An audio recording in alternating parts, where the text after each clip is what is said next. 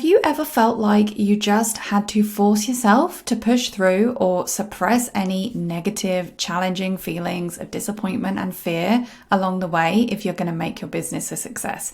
Because if you have, today's interview is for you.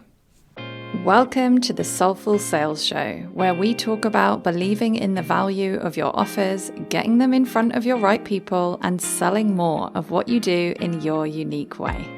Hi, and welcome back to another episode of the Soulful Sales Show. Today, I am chatting with the wonderful Shantini Rajah, a writing and manifesting mentor, all about manifestation, especially in relation to selling, but not necessarily in the way that you may have heard it talked about before. The way Shantini teaches manifestation leaves room for your whole self and all of the challenging feelings along the way, which links so closely to my own work, actually, as a self-belief coach. Before we dive in, let me properly introduce Shantini to you. Shantini Rajah is a writing and manifestation mentor as well as an energy practitioner. She loves helping conscious entrepreneurs find their voice and manifest a life and business they love. She has successfully worked on $1 million digital launches, and her clients are some of the biggest names in personal growth and healing. And her writing has appeared in Forbes, Hay House, Elle, Harper's Bazaar, Sounds True, and more. Throughout this chat, I ask Shantini about why her take on manifestation is different, how to approach the toxic positivity that a lot of us may have experienced in certain manifestation circles, why it's ultimately about accepting and being ourselves. Plus, I also ask Shantini about how to approach one of my own big sales manifestations. Enjoy. So I'd love to start by asking you about the way that you specifically see and teach manifestation, because I know it's not necessarily what everyone might have already heard. There's a lot of talk about manifestation out there. Can you give us, if possible, just in a nutshell, your unique take, philosophy on manifestation? Oh, I'm so glad you asked this question. Okay, so first of all, just a disclaimer. I love all of this. So I call them Googleable manifesting tools, right? And all of the mainstream manifesting tools. So, for example, visualizations, vision boards, affirmations. All of those are, they're lovely. I want to say they are lovely and I use them all the time. I enjoy them. And there's a but coming. But I found, and this is where what I say in my book, Manifest Anything You Want, it's different, because I found that for me and for a lot of people that I've worked with, just having this perfect vision board, Ruth, up on your wall or wherever it is, and you have all of these perfect ideal, like vacation images of your vacation or your wedding day or whatever it is that you want to manifest, millions in your PayPal account, whatever it is, it can actually trigger stress. Because for me, I discovered, and this was I see you nodding, I love Yep. that. Because it's like, okay, this is fabulous and I so want this, and I'm going to like send positive vibes, I'm going to do my affirmations. But at the back of my mind, I was like, really? Is that really going to happen? So it's not like it wasn't voluntary, it was involuntary. And that's because when we can't see the how, it's really hard to commit to it just as is, without thinking about how's that going to work. Our brains are just wired for that. We can't help asking ourselves, okay, how am I going to get to that 6 figures or whatever it is that you want to do in your business, for example, whatever it is you want to reach, your money goals and stuff. So when you're not at 6, let's say you're like, you're barely making, for example, $1,000 a month, but you have this dream of making, you've 100,000 a month, even, like, go big, right? Go big with your manifesting dreams. And you're like, but that feels so far out of reach. So in my book, and my philosophy, to answer your question, is around bringing that sense of inner safety in receiving and creating this life, this whatever it is that you're trying to manifest, whatever it is that you're wanting to attract, feeling safe to receive that. And that has a lot to do with learning to generate a sense of inner safety. So when you do all of those things, those visualizations, the vision board, whatever it is, you are coming from a place of comfort, like a comfortable place of safety and confidence. And that's how we fuel all of these tools to work for us. When we remove that safety piece, feeling safe to want what you want, feeling safe to change your life and experience this much bigger life or whatever it is that you want to live in, this mansion by the beach, whatever it is, feeling good about that from the inside out and not just up in our heads, like, I hope it works kind of thing, but deep down you're like, how's that going to work? So that's the philosophy of it, that safety piece. Oh, I love that. And I have experienced this many times when I have been, reading a manifestation book and doing the practices. I often get a sense of anxiety. And I think for me, it comes from this piece of, I've got to do this all perfectly. I've got to get this right. Like, I've got to get this Yes, process right. my vision board's got to be perfect. Yeah. Yeah. Look, not yeah, I need a better image than this. That stuff, right? Oh, that gets to me too. I so get what you mean. And I think a lot of us, when we think I've got to get it right, also feel like I can't let it go. I can't let go of the vision. I can't let any kind of doubt come in. I can't let the fear come in. I can't let the negative feelings come in. I know there's been a lot of, I think that the conversation has opened up a lot in the manifestation world about this whole toxic positivity thing when it Oh, comes to our goals. Um, uh, what do you have to say about that? I would love to hear more. okay. So toxic positivity, just in case any of your listeners, like, if they're not familiar, I just want to like kind of explain a little bit, quick definition. So it's like you don't actually feel what you feel, not letting yourself feel what you feel at the baseline. So, for example, if you're worried or anxious about, let's say you went for a job interview, or you got on a call with a new client, and you're hoping, it's a discovery call, and you're thinking, this is like my dream client, and I so want her to sign up with me or whatever. Imagine you're a coach and that's the thing. And toxic positivity would be about, like, you would look at it as, you know what, I'm just gonna, do my best on the discovery call, and, and I'm gonna see, I'm gonna put in my best, I'm gonna give it my best shot, and I'm gonna let what wants to happen happen. Toxic positivity goes into the place of, you know, um, I'm going to feel, I need to say all of the perfect things. I need to project this image and fake it till you make it. And even after the call, before the client has connected and you're not sure what's going to happen next, telling yourself, oh, you know what? It's just whatever happens, it's going to be for the best. When deep down, you're like, no, I actually want her to sign up.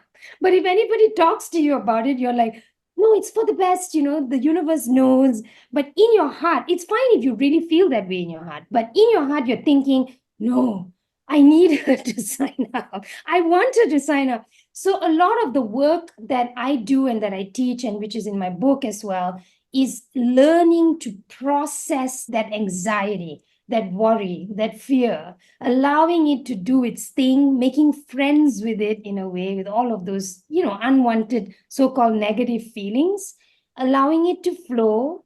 So again, we come back to baseline. We come to that place of being calm, of allowing this thing to happen in the way it wants to unfold, of trusting, as they say, in the universe. I have a specific tool and a technique for it, on how to let the universe do its thing without interfering, without feeling like, because the allowing piece is really hard for a lot of people, like letting go, stepping away. So a big part of that is to allow yourself to process those feelings. And toxic positivity does not allow for that to happen. Toxic positivity covers over what you really feel. And that's like a huge no-no in a lot of manifesting circles, which I want to bring that forward and say it's fine. It's okay to not be 100% positive all the time. In fact, Yeah. it works better when you're not. I'm really curious about one thing. So I have definitely experienced that Huh? situation, like the example you gave, where it's like, I really want this thing, but my brain will just, instead of allowing myself to feel disappointed if this thing doesn't come to pass, if I don't make that sale, I don't get that client, whatever, my brain will go, you know what? There's always more. There's always more opportunities, or, this is it for my highest good. I just don't know yet, which can be helpful in certain situations. But I definitely know the way that my brain has been telling that to me is like, move on.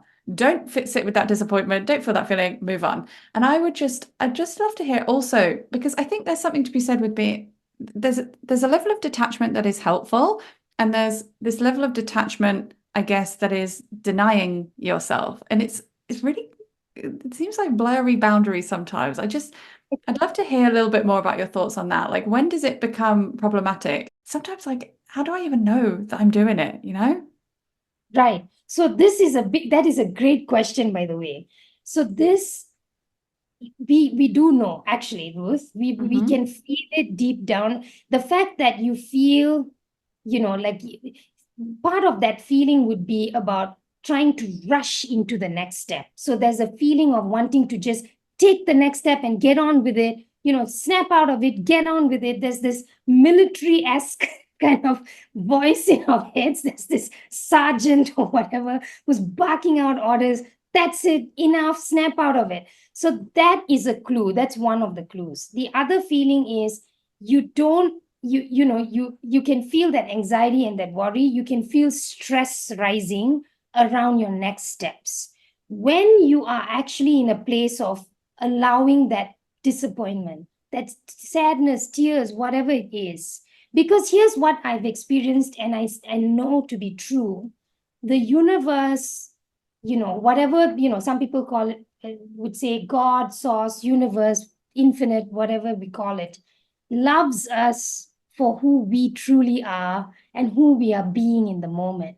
That is the way, that to me, I don't want to use the word perfect, but that is like the highest and most effective way to fully align with the energies of the universe by being yourself. In fact, interesting story, my book is called Manifest Anything You Want, right now, but originally the title was How to Manifest Anything You Want by Being Yourself.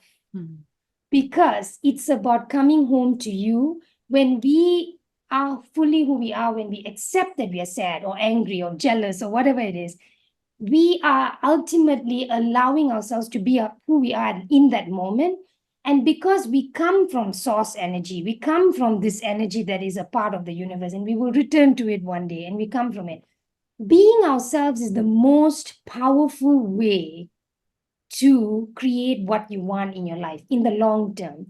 I'm not talking about just being positive and getting that parking spot, on a mall on a Saturday afternoon when there's, that's great. You get those little things. But when we are talking about intentionally manifesting and creating a life, it's about coming from a place that is truly who we are, and wanting what we truly want, connecting with our true desires. And we simply cannot do that when we are in a place of, this is not right, I need to snap out of this, let me get on to the next. Maybe you need a few days, maybe you need a week to get over it, and it's fine.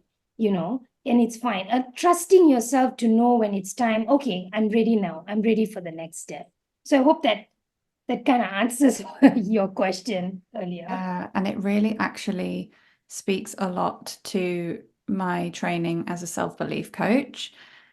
One of the manifestations that we will often have when we are in a place of doubt and fear is pushing ourselves harder. And one of the fears we have is that if we don't push forward and we allow ourselves to slow down or feel the feelings, whatever, that it will fall apart, or that we won't maintain higher standards and all of this stuff, when actually the opposite is true. And I can really see the parallel there in what you are Yeah. saying. It's the same with like self-compassion as well. And I kind of think about it in relation to parenting as well. Like, sometimes children will be expressing their emotions in challenging ways, both for them and for the parents. And, Yeah, yeah. it can be really easy to dismiss them or tell them just to get on with things or whatever. And actually, when you listen to it, there's something going on underneath that. And they are allowed to express that. and it can Yeah. totally shift things, like Yes. sometimes quickly. I mean, not always, but it just really got me thinking about that and how it's so easy to think that pushing through is what makes things better or faster, like manifestations happen quicker or more, whatever, when actually the allowing of it will serve us in so many more ways. A big part of of manifesting anything you want is the journey itself. It's it's long before you even receive it. Being in that energy of being comfortable and safe in your own skin, allowing yourself to feel what you feel. Oh my gosh, that is the most. And I feel like a lot of people don't talk about it, but it's potentially the most powerful manifesting tool there is. And in fact, what is known generally, like what, and it's not anybody's fault, it's just that sometimes when we talk about, oh, let's be positive, there's no in-depth discussion on what that really means. What is genuine positivity? What is Mm. the universe, I always like to say the language of the universe is the language of emotions. The universe knows what we feel. So just because we're having a bad day, for example, with some in some manifesting circles, it's like a huge no-no to not to use like a negative word. Like you're not supposed to say it. I had this experience myself personally, where a good friend actually, and she had my best interests at heart, but she was like, I said, you know what, I'm having a bad day, and she was like, don't say bad day. Don't say the words bad day. Say you're having a. So I was like, what would you have me say then? She was like, say when you're having a bad day, say you're having a good day. When you're having a good day, say you're having a great day. And this is like an example of how it can be misunderstood. Everyone's talking about the words and stuff, but I feel bad. And the universe knows. So, what are we doing here? So allowing ourselves to flow with that and releasing it naturally and being who we are. And a big part of that is being safe, feeling safe to be ourselves. That allows us to do that. And that's when you'll see things start to appear. And I've seen this, Ruth, thing, wonderful things happen without me even trying to consciously manifest it. It happens. I didn't, like, again, I love vision boards and stuff, but I didn't have to do a vision board. Like, I would say my book is one of the greatest manifest. That was I wanted to write a book since I was a little girl, for as long as I can remember. And I have, like, I don't even know, I love my following on Instagram, but in the grand scheme of things with publishers, it's like a drop in the, you need like thousands of people. So you wouldn't even be considered, ordinarily. But, I found a publisher. I sent in the book proposals. The first time I've actually submitted a book proposal and it was accepted. And the entire writing and editing and all the entire process was just, it was a dream. It was like amazing. And I've heard all of these stories where it's not fun to have your book because it's stressful. I wrote the book. I loved it. I enjoyed that experience. The editing process was great. That whole thing, I didn't even, I'll be totally transparent. I wanted to write a book. I wanted it to be published. I wanted people to read the book, but I didn't even dare kind of like think, okay, can I go with traditional publishing? I was like, you know what, let me just self-publish. But it happened anyway. And I truly believe it's because of all these things that we're talking about, allowing yourself to be you and bringing that forward. I love that story so much, and I'm so happy for you. Thank you. Okay, let's talk about some of the tools that will support us. Because I know when we first met, which must have been, several years ago now, like maybe Yeah, 2020, I don't know, I don't remember, but it it's could been have a been. while. And I Yeah. remember you telling me about this one healing breath. Can Yeah. you share a little bit more about what it is or the story of how it came to be and how we can use it for all Okay. the manifestation that we've just been talking about? Okay, so this is a bit of a magical story. So anyone who's like listening who's not into like the magical stuff, I would please, just listen to this and think decide for yourself what you think. Anyway, So in spiritual circles, one healing breath, people in the spiritual space will understand this. It was a divine download. I received it. I heard the words, Ruth. So I have an intuitive, there are these clairs, right? Clair audience, clair cognizance, all of these things. So for me, it's clair audience mostly. And I heard the words one healing breath. I was in my apartment by myself. The only other beings in that apartment at that time were my two cats, Charlie and Chaco. So I know it wasn't them. They're really intelligent, but I know they don't speak. So I heard the words in my ear, one healing breath, and I instantly understood what it was. It was an instant knowledge thing. And you mentioned earlier about anxiety. So I have struggled with anxiety pretty much my whole life. For the longest time, I did not even know it was anxiety. I just thought it was nerves. And I when I heard that, I knew it was meant for me to share. I knew that. I knew it was meant for me to learn how to use it, work with it, and then share it. So how it works is, and I call it a micro action manifesting and a micro action meditation tool as well.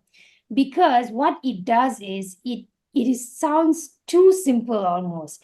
It's just about taking an intentional breath that's focused on an energizing, positive, it may not even be energizing, but peaceful, positive emotion. And genuinely positive here, uplifting emotion, let's call it that. So when we take that breath, when we focus, so the one healing breath, there's like one healing breath of ease, one healing breath of joy, one healing breath of play. I have a whole series. So what that does is when we focus, and I experientially, discovered this, when I focused on, okay, let me tune in, what do I need right now? So I need calm. So one healing breath of calm. So the inhale is 3 counts, and then we breathe out calm, 6 counts. So it's usually a longer count for the exhale because it triggers our parasympathetic nervous system, which helps with, relaxing the body.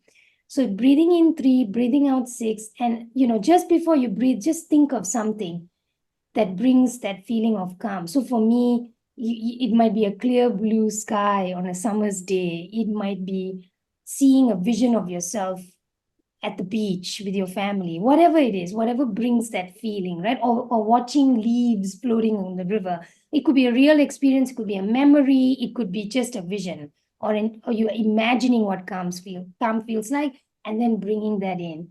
Oh my gosh, Ruth, the power in that. And when it's done multiple times throughout the day, because it's quick, it's like 9 seconds, it's under 10 seconds. Doing that multiple times throughout the day helps you rewire your brain, helps you to get into that sense of inner safety that we talked about. It helps to bring that forward. And how it works with manifesting is because of the fact that you're generating that safety now, you are now changing your baseline, you're shifting your baseline into feeling safe and comfortable. So when you work with all of your manifesting tools, now you're in a place of good. I feel good about this. It's not like, how's this going to work? It's more like, this is fun. This is exciting. You're going to get into that space really easily. And that's going to it's basically teaching yourself not to like, how's this going to work? And moving into, wow, I love this. It's going to happen. It's going to find its way to me.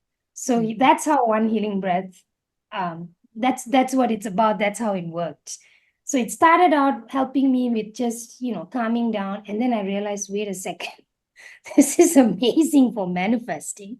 So yeah, that's how it evolved. And now I share it as this tool out there. So would you say it's something that you can use both at the stage of, setting your goals, feeling into what it is that you really want, and taking the actions to make that stuff happen? Absolutely. Absolutely. I think of them like they're all uplifting positive energies, but I think of one set of them as ease and the other is expansion. So, all of this, like one healing breath of motivation, one healing breath of ambition, one healing breath of empowerment. I even have one that's like one healing breath of wildness. So it's tuning into your inner wild, allowing yourself to, be bold. So it's truly, I personally love it. And I know people who have tried it, they love it too. And it's perfect for like entrepreneurs and stuff because you can do it anytime. It takes seconds, actually. So I have a big goal. I'm just going Okay. to ask you to Okay. show me how to manifest it. I Okay. have a big goal, Fabulous. right? It's a goal that doesn't have a time limit on it. It's helping to guide my actions, but also, I guess, shift my beliefs as well and my Yeah. identity. And the goal is to serve 1,000 people at once in a paid container. I go back and forth. Maybe I could get a bit more specific on whether it's the membership or whether it's just any offer that I have. But yeah, 1,000 people. And it's been a really helpful goal. It doesn't feel anxiety inducing because it doesn't have a time limit on it. I think that where I can sometimes the tricky thing sometimes can be holding it in my head, not just forgetting about it. And when I can hold it, then I can see new opportunities for things I can do and things like that.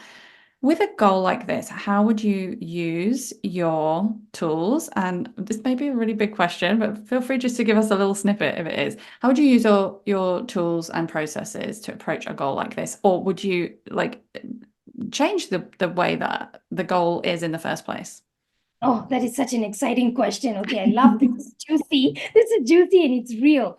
So first of all, a part of what I do is I have a background in physics and engineering. I'm familiar with data and numbers. I'm not afraid of them. But when it comes to manifesting, I don't go, I leave those numbers out of it.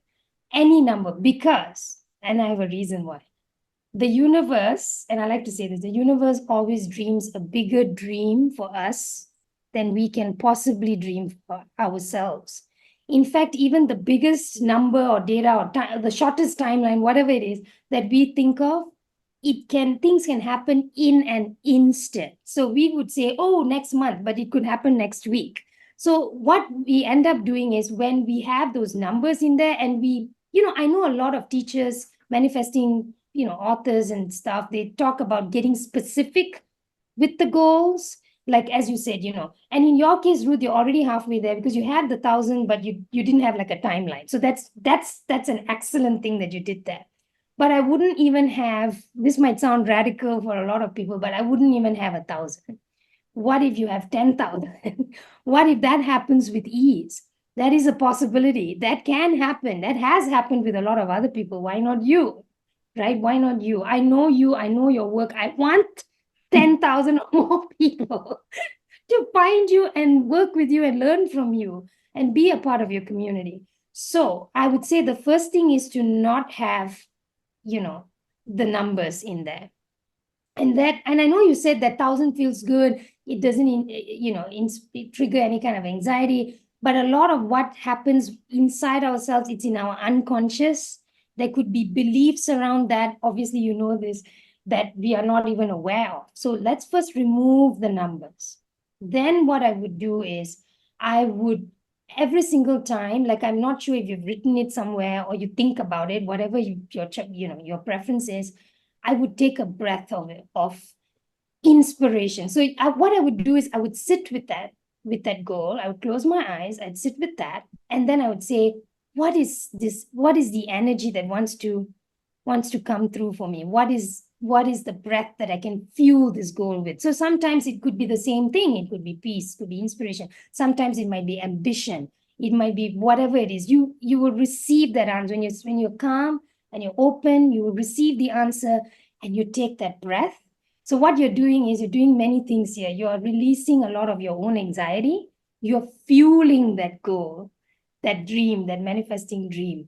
And this allows for that creativity and what you talked about next steps. That's going to bring all of that, whatever, whether it's conscious or unconscious, bring any anxiety, any hidden fears. It's going to help to dissolve that So your creativity can arise. You're going to receive, I would say, receive downloads, receive ideas, and you're going to be able to move forward in a way that actually feels fun and exciting because you're anticipating something. It's about moving towards an exciting new horizon and not like, let's make sure this is perfect. Otherwise, I'm never going to get. So, 1,000 people could come in anywhere, 10,000 people, 100,000 people. Why not growth? So that's how I would approach it. That is my answer to I'm that so question. glad I asked this question. It's so helpful.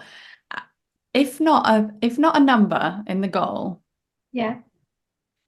how do I connect with the goal? Does this make sense? So I'm Yes. open to more people than I could imagine. Is that a helpful Okay. way of saying Yes, it? yes.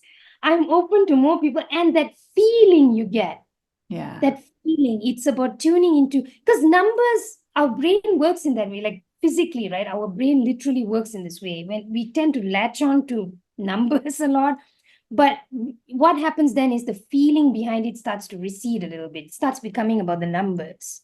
So Mm. even with like how I work with that in my business, for example, is like, when we share some, when you see people joining your email community and everyone's like, oh, I've got 50,000 people on my email community and so has 10,000, and let's say yours is let's say someone here has like a 500 and they're feeling like, oh, that's just 500 people. When will I ever get to 1,000? When will I ever get to 2,000 people in my community? How am I going to grow my business if my community doesn't grow?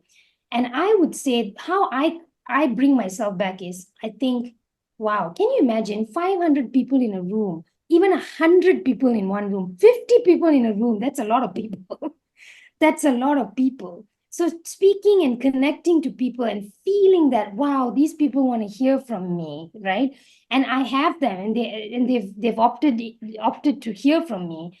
That feeling you get, that this is my community and I'm growing it, tuning into that feeling behind it is so much more powerful, so much more energizing. It's just, I can't even find the words right now. It's just so powerful to tune into that feeling and grow it from there. Because that's when you're going to start seeing those huge jumps. It's not going to be 1,000, it's not going to be a 10,000, 100,000, 500,000. And it'll happen in a way that you don't feel like you're this, you're tied to your computer, you're working away, it's 24/7. I'm so tired of this, I'm sick of this. Those feelings are not going to come up as much or at all, even because you're always tuned into how you want to feel about it. So in your case, Ruth, I know your heart. You are so generous. You love your people. So feeling into that love that you have and how much you want to serve them, and having that, in your mind, if you want to visualize, you're not even able to count the number of people. You can see them. They fill an entire, maybe the Wembley Stadium. I don't know how many people can the Wembley Stadium take. I think it's like more than 10,000, right? So yeah, Yes. having that, right? And serving them and having those people just love you, and your work. That's what we want to tune into. Thank you for sharing that. I feel like this ties back so well to what you were saying about being yourself, because I can see what you're saying about, yeah, the numbers. It's so easy to make numbers mean something, especially in comparison and all of this stuff, when actually your feelings are your feelings. They are not some, imagine like this is the right thing for me to pick. This Yeah, is just how I feel. exactly. This is how you feel, and you're honoring that, and you're loving yourself through that. You're loving yourself through that. There's a whole thing about that as well, because that's another sort of like self-love and all of those pieces, self-compassion, self-kindness. I talk about this. Yeah, these pieces are so important. Taking care of ourselves in that way is the fuel that will create those, that will attract, like that will just bring it in like magic. I want to say it brings it in like magic. Mm. Yeah, I feel like it'll be so comforting to so many It's people much more listening. fun. It's a lot more fun. Yeah. It's really a lot more fun. Yeah. Okay, thank you. Thank you so much for answering my question about my own manifestation. No There problem. was one other thing I wanted to touch on. I don't think we have like loads of time to go into it, but it is something that I feel is so important. How manifesting anything you want is not so much about what we're doing, but who we are being. Can you just Oh, explain what you mean by that? yes. Because that kind of ties, this is a beautiful question to ask right now because it ties Yeah. everything Hmm. together.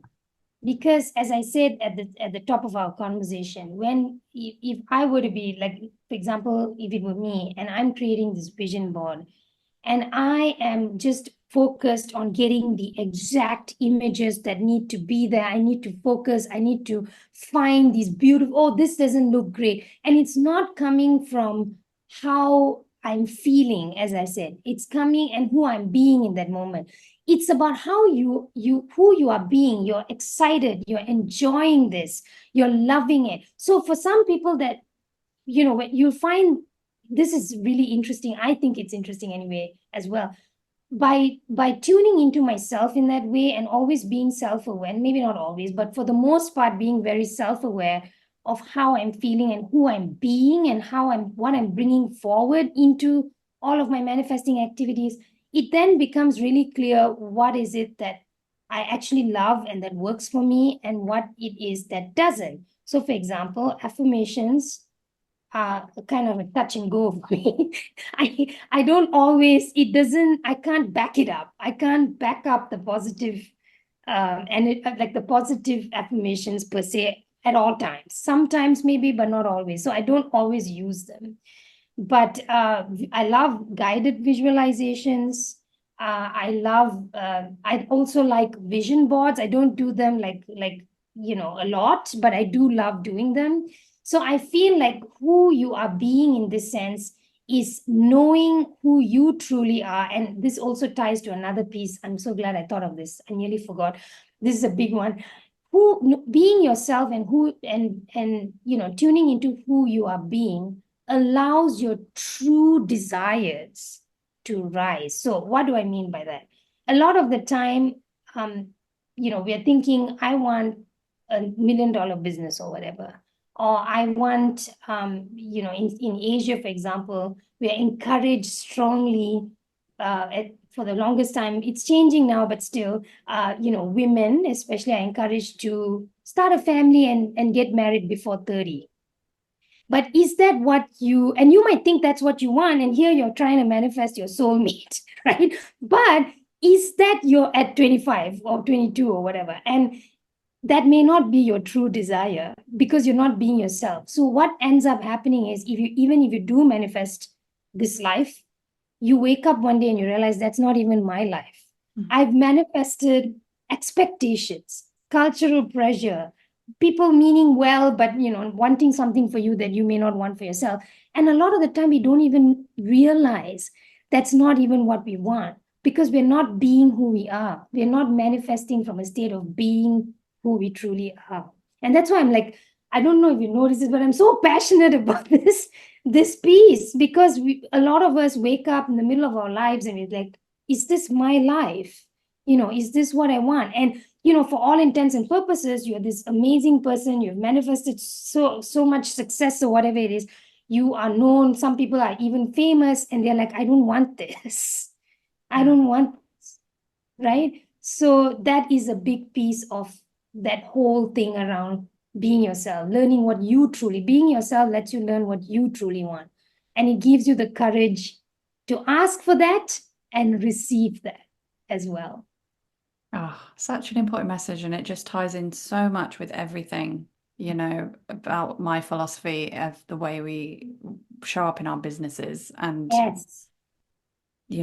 define success for ourselves and the way we get to that place. Yes. You It's do beautiful crucial work with that. Yeah. to It's be so, ourselves. Yeah. yes. Yes. And sometimes that can be the hardest thing. It sounds easy, Yeah. but it is so not. Yeah. That can be the bravest and the hardest thing to do, being you. Absolutely. Oh, Yeah. thank you so much. I love this conversation.